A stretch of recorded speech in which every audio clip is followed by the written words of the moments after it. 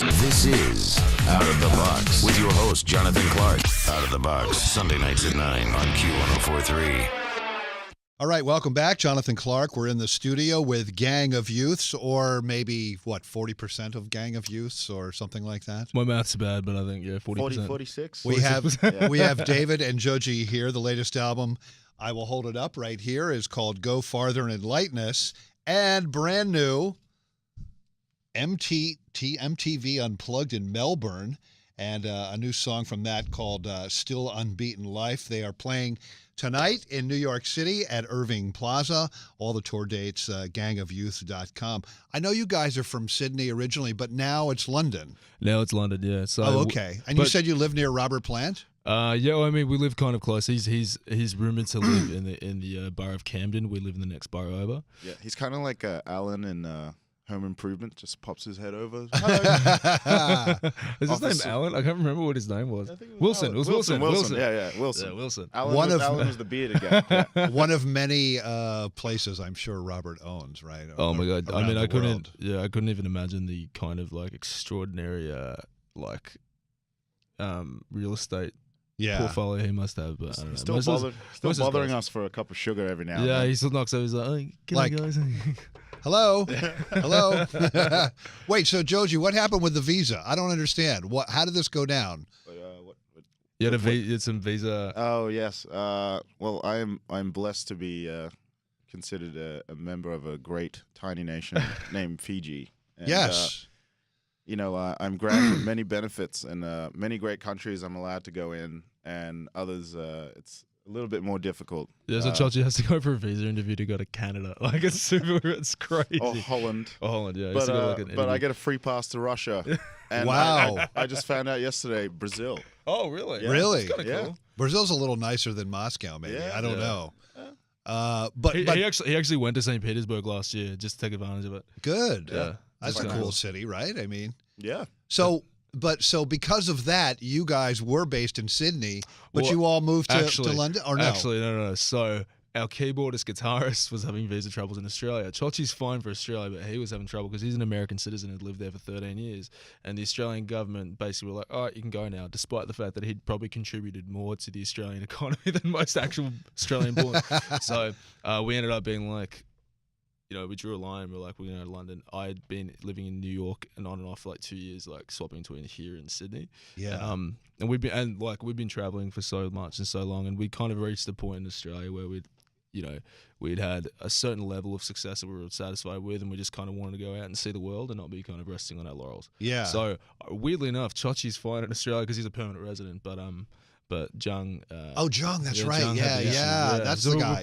But Chochi's had trouble going back into the UK because of his Fijian passport. So it's been people have no idea what it's like to be a band and tour internationally. There's all this stuff that you don't even think about. Oh man, it's not like you're just buying a plane ticket to wherever. Yeah, you can't just like waltz into a place and be like, I'm gonna go play here. You have to it's kind of a frustrating reality. There's a lot of advance work that has to go on. Yeah, I mean, there's 4 different passports in this band. Wow. So it's a lot of Jason Bourne, man. Yeah, you mentioned this before. You had a lot of success in Australia. I would say that 4 ARIA awards last year is pretty successful, and those are the equivalent of the U.S. Grammys. But tell me about that night. I got married like 2 days beforehand, and so I feel kind of bad because Court didn't really understand the sheer extent of our success and whatnot in Australia before she kind of got there. So I felt a little bit guilty because she kind of got thrown into the deep end pretty hard with like the red carpet thing, and she's not someone who's into that at all. She's not like a socialite. She's not. She's kind of good for you. Married somebody not in the business. She's a total. she's very, very, very down to earth and normal. She's like a Southern girl. She's from North Carolina, so it was kind of a bit unexpected. So I spent most of the night just trying to make sure she wasn't absolutely overwhelmed by all like the attention. Cameras. But invariably she's the one who kept me sane. And I think it was like kind of a weird thing because the record had done really well, and we'd just finished off this kind of big tour of doing like 5,000 cap rooms, 6,000 cap rooms across the country. So it was like. I don't know. I think the most nerve-wracking thing was just waiting for the whole process to be over, so I wouldn't be like agonizing about whether we'd win anything or not. Yeah, yeah. So, yeah. I'm a bit weird like that. I don't like to. But still, congratulations. Thanks, I mean, man. Yeah, that's cheers. fantastic. Yeah. I first saw you at South by Southwest last March. A very, it wasn't like your typical set. It was sort of abbreviated. It was like 4 songs, but yeah, yeah. Most people will be able to fit 6 songs into a set because our songs are all so goddamn long. We can only do 4. But how many shows did you do? Was it like 6 or 7 or something? Probably 6. Yeah. Nowhere near as bad as most other bands. Yeah, Like most of South them by. do like 12 or 10. 15, Yeah. like 3 days. Our first South by Southwest, we were struggling. Like that was a hard one, but Yeah. but this one was pretty easy. I think because we went there with like some level of understanding of the process of what it is. Yeah. Instead of like kind of walking in pretty green and blue-eyed and not really know what we're doing. You're veterans now. We've done so much of that shit. We're pretty yeah. Well, and then I saw you at our iHeart Rock Summit downstairs in our iHeartRadio theater, and that was early in the morning. Yeah, that was. But you guys killed it. Thanks, you woke man. everybody up. It was so great. And I'm starting to feel like it doesn't really matter what time of the day we're playing as long as we're kind of like relatively well rested. But Yeah. it was like Also, we're our in the body middle. clocks haven't adjusted. Yeah, so man. Honestly, 8 a.m. here is 8 p.m. somewhere else for our Exactly, body. yeah. So we're in so many different time zones at the moment that. It But tell me if this happens though. Like you say, you got an hour of sleep or whatever, and you drove for 10 hours. Does it happen to you when you get on stage and you're about to kick in the song? Does the adrenaline kick in? So always, right? It's like, yeah. always. I don't think I've ever played it. I don't know. What do you reckon? I don't think I've ever played a show and felt sluggish. I've only ever had that once personally, and that was recently in Columbus, Ohio, where I threw up twice in my own mouth. Oh my God! That's the only time I've What did you ever. eat? Was it food poisoning? It was really, really nice bear burger. Thank you, Bear Burger. It was great. But, Endorsements are coming now. yeah, No, because like no, that was actually really funny because Max, our bass player, turned to Church kind of after the set, and he's like, "Man, were you okay?" And he's like, "Guys, that was actually a really good show. I did 3. I just hurled I just hurled twice twice in my mouth." Oh my God! Well, Yeah. great things keep on happening for you guys this year too. Tour dates with the Foo Fighters, also Cal Jam, the ACL Festival in Austin. Everyone loves Dave and the Foos. Can you give us an anecdote about the tour dates with Foo Fighters? There's a few of them actually. Taylor Hawkins got up and played the piano with the guys and jammed out before our sound check for like an hour. That was pretty cool. Dave Grohl sat with Jung, my wife, and me at the dinner table like a couple of times. We just had a chat. It was kinda weird. Like you don't really expect people of that kind of caliber to give a shit about you. Yeah. It was pretty surreal, hey, because you grow up. Because I was born in '92, right? I was born Right after Nevermind. Yeah. Yeah. In between Nevermind and In Utero. So like I've literally spent my whole life looking at Dave Grohl, like through the cap of a television screen. So Yeah. it was pretty surreal. He was kind of sitting there, and like I think the idea that somehow, even if you're the biggest band in America, you can't be like there's a Sub Pop singer. That's cool. Sorry. Yeah. Yeah, you can't be inherently approachable or normal or like. And he's just a welcoming. normal dude, man. Well, I think he's super superhuman in a way because he makes everyone feel I don't know, incredibly welcome and warm. And I think most normal people don't even do that. He just has kind of a magnetism. I think they all do have a real magnetism and an ability to make people feel at ease. And I don't know, what do you reckon? And I don't think Gang of Youth would be on tour with Foo Fighters if he didn't like your band. You know what I mean? He's got to like your band. I fucking hope so. I don't know. Yeah, I mean, you know. We didn't really talk about it. Yeah. And you guys have been through a lot, especially in the beginning, you know, relationships ending, substance abuse, and other self-destructive behavior. And considering that, some bands, they go through that and it's just over. They break up and that's the end of the story. What has kept you guys together because, you know, through all that? Chachi has kept us together. I think we were really lucky in the sense that, like, I mean, Dave mentioned it earlier that, you know, we've been actually touring in America for 6 years, but like nothing's really been happening here until like the last year. And in Australia, like things didn't really kick off until like the last 2 or 3 years. So we had 3 years of growing pains and like a lot of, you know, I guess if the spotlight was on us 6 years ago, might be like a very different story about this band. So we were really lucky to go through a lot of things, you know, without the spotlight on us. Yeah, without the work attention. through a lot of our own shit. It wasn't just Dave. It was, you know, everyone kind of had their own demons, and We had room to fuck up, you know, and I think that's this hard thing about being a rock and roll band in any capacity in this day and age, or being any artist. You don't have room to fuck up if you're in the public eye. I think for us, and for me especially, I had room to fuck up. So did Church, and I think that's in our circles, like all the people that worked with us, and you know, all the people that worked with me especially, and dealt with all the really chaotic stuff that was in my personal life, had a lot of room to help me and forgive me and that kind of thing, and so did the guys. So we were able to kind of get through all those, like, I mean, there was nothing like drastic or as crazy as maybe like one would expect from like a big American rock band, you know, but it's still in terms of like, you know, really, really difficult stuff. We went through it, you know.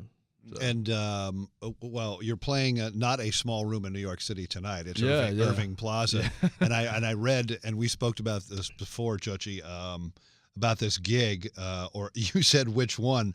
You guys were on tour in the U.S. in 2014. You drove 10 hours to a gig to play to 17 people, and most of those 17 people were the warm-up acts. yeah, We've done that. I don't know where that was, but we've done it a few times. Like we played in DC last night, and there was maybe 700 people there. But we the first time we ever played in DC, and Chachi's family's in DC, right? And so you know, they probably made up half the audience that were there the first time.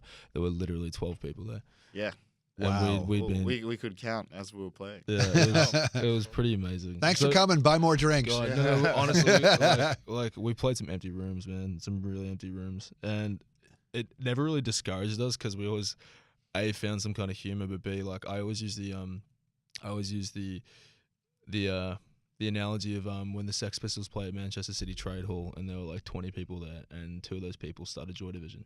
Yeah, You know, yeah, so I you know. So you know, what I mean, I always feel like it doesn't matter what like number and what the numerical value of our audience is, because there's human value in there, and there could be 2 people in there who end up starting the next Joy Division. And I think that you guys have been known for, even in the beginning when you were playing to those, 5, 6, 17 people, that you play those shows as if you're playing Madison Square Garden. Yeah, man, because Always. every show is Madison Square Garden. We might never, ever make it to anything like that. So, I mean, the best we can do is play like we're there. Yeah. We actually used to get criticized a lot of early shows.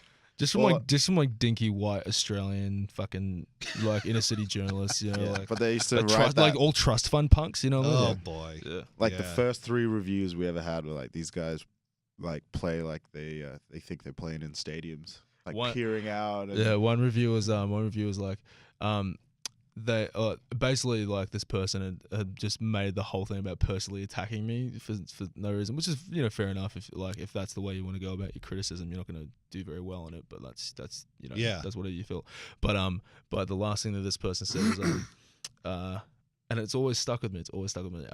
They gang views play like they're playing the stadiums. They just forgot to write songs good enough for one. Oh, jeez. And then we ended up selling out that particular room again, like 3 times or some shit. Or whatever. Like, and it was kind of like it tasted really good that moment. Of course it did, and every band should take a lesson from you but guys. we were like babies. Like I was like 19 at the time, you know, and it's just like it's so easy. It was so easy for this person to just be like, yeah, fuck these people, and just absolutely nail these, like, this kind of baby band full of like teenage friends, you know. And I think it was a hard lesson for me to learn then, but it also taught me how to like utilize these things and kind of chalk them up as motivation. And, you know, I always say beat them on the scoreboard. And and so it actually helped me a lot. In a Right. way, but It's sort of like, you know, you do a video and you post it on YouTube, and you have all these glowing comments, and then one person. I'm the person. Never read the comments. No, dude, this is so serious. So my therapist, my wife, our publicist, both in Australia and here in the US, they don't allow me to read any press. I don't ever read any interviews that I do. I don't watch anything back. I don't read any reviews anymore. Chachi doesn't let me, like, Chachi's banned. No, we have a group text, and Chachi's banned the managers from ever sending any kind of press. Right, yeah. Primarily because it just haunts me. And for me, like the comments and anything. So I'm like, without a doubt, like, if this is going on Facebook, I'm not going to read the comments, because there's bound to be like, this guy's a fucking prick. So, you know, it's clearly you're not, though. And I want to talk about this. This band is like, it's like a world band with members representing Samoa, Fiji, Korea, America, Poland, and you all met in church? and one small third world country named New Zealand. And New Zealand, yeah. You guys all met in church? We met in church. Yeah, we were little kids and we met in church. I met Chachi. Jason, born again Christians. Wow. What do you think that adds to your sound? Existential dread, probably. I don't know. There's a feeling of there's a feeling that we have, or at least I have, that we're profoundly influenced by the church's music in a weird way. Like our ability to like play together was influenced by just playing and growing up in church and playing with different musicians and kind of having this like this really unique creative groundswell within the confines of a religious community. And so everyone knew each other really well, and so you'd get together and you'd play on stage every week. Like we played on stage 2-3 times. 2-3 times a week. Like we'd when been we were like 12. Yeah, we'd be in our little teenage like pub bands or whatever, and like rehearsal bands. And then on Friday nights, we'd be at youth group playing guitar and whatever. So we were given the opportunity to hone our craft and to learn about the thing really, really early on in life. Like most musicians don't get to do that. And so I'd be playing and bass in a hardcore punk band or like singing in an indie rock band, and Chachi'd be playing guitar in like a Riot Girl band. He was in a Riot Girl. He was in like a 90s style Riot Girl like band. Hole or whatever. Yeah. It was kind of cool. It was kind of like bikini. It was awesome, like the raincoats and shit. But we'd be doing that, and then on Friday night we'd play all this really like well structured kind of Christian rock music. Well, I remember the first time I ever heard music was in a church. I mean, I was a little kid. I was a Yeah, little right. tiny boy. Yeah, you hear the and organ. I was fascinated by the yeah. organ. The like, organ, mate. It was like the Wizard of Oz. That's you know? it. Yeah, where's That's the guy it. playing? Like, what's his keyboard look like? You Well, know? no, that's the thing. Like, and I mean, every congregation in the world has some kind of musical history. Like, I mean, if you think about the legacy of black music, I mean, it all started in the churches and in and jazz music as well started in like, from like gospel and African rhythms in the Louisiana Bayou. Yeah. And so for me, it's kind of like when we think, and being Polynesian and Melanesian, like being Pacific Islander, like our religious kind of heritage and religious genealogy is so firmly entrenched in a musical interpretation of the Gospels and a musical interpretation of the Bible. So we couldn't help but be kind of like surrounded by this thing. And I think also in a strictly musical sense, like the kind of church you grew up in was, is really well known for making a certain brand of pretty popular CCM music. And we kind of learned how to like, control dynamics and control the ebbs and flows of a song sonically, just by watching these like really gifted dudes who just play every Sunday day. Yeah. Like I'd say that profoundly influenced me because I learned how to like, for lack of a better word, like manipulate the emotions of an audience using like rise and falls and it's cadence show. and stuff. It's showtime. Yeah, It's it is, absolutely man. Yeah. showtime. Totally. I think you guys should, and I just sort of envisioned you guys as a band doing your own ancestry DNA thing as a graph. Chotch's is cool though because you're Tongan, Fijian, and you've got some German somewhere in there as well. You've got Scottish as well. He's got Scottish, so he's like a real like I'm basically Samoan on my dad's side, and then like a whole bunch of Austrian Jewish, Hungarian Jewish, Eastern European Jewish. Yeah. So, like, Chotch's is probably more interesting than mine. David, I know you're a Springsteen fan. Did you get to see the Broadway show or no? No, I haven't seen it yet. Danny keeps talking about it. Danny Bush. It's almost over, but it'll be on Netflix. God, I know. I actually watched Springsteen and I. You seen that the documentary all these people talk about with Bruce Springsteen? Yes. And like a lot of those stories aren't like compelling, but I sat and watched the whole thing because I still identified really strongly with. Did you read the book, his biography, his memoir? I have it. I have a copy of it sitting in my drawer in London, but I can bring it on tour with me. Yeah. Gotta read it. It's so good. I'm just like, I don't know. I just love him. I don't know. It's a gang of youths in the studio with us. The latest album is Go Farther and Lighten Us. Everyone go out and buy that and their new MTV Unplugged, recorded in Melbourne, and they are playing tonight at New York City's Irving Plaza. Hopefully some tickets still left. You can come on down. Maybe they know somebody. You really need to come down. We desperately need the money. Okay, the bus doesn't have any fuel. Our driver's getting impatient. We're starving. Yeah. So go ahead. We had to sacrifice one of the crew members to. I had to call his parents, let them know. They were pretty honored. It was a worthy cause. God, and he tasted so good. Oh, God. All the tour dates, gangofyouths.com. I want to play The Heart is a Muscle. It's the first song that I ever heard from you guys, and I love it. And I want to play it again. I need to before we start, Yes. before it's ever played, before we ever play it, I always give a shout out to my dad. Do it. Okay. No, well, it's because he's the person who taught me how to love without apprehension, and he died 4 months ago. And anytime it's played in my presence, I always make sure that people know that I'm thinking about my dad. So, hi, Dad. wherever you are up there. What else could you tell us about the song?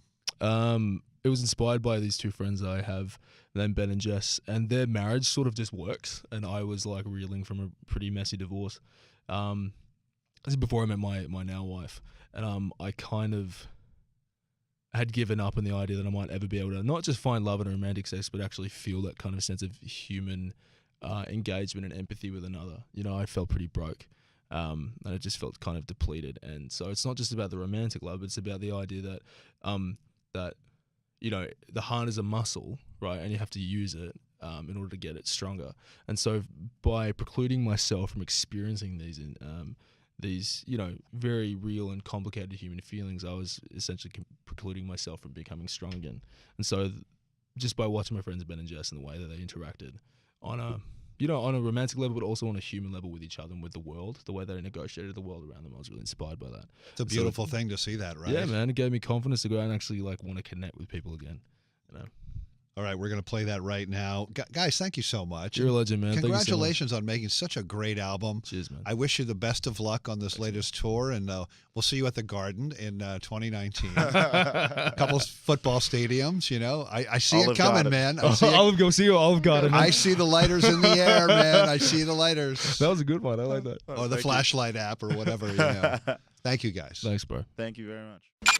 This is Out of the Box with your host, Jonathan Clark. Out of the Box, Sunday nights at 9 on Q1043.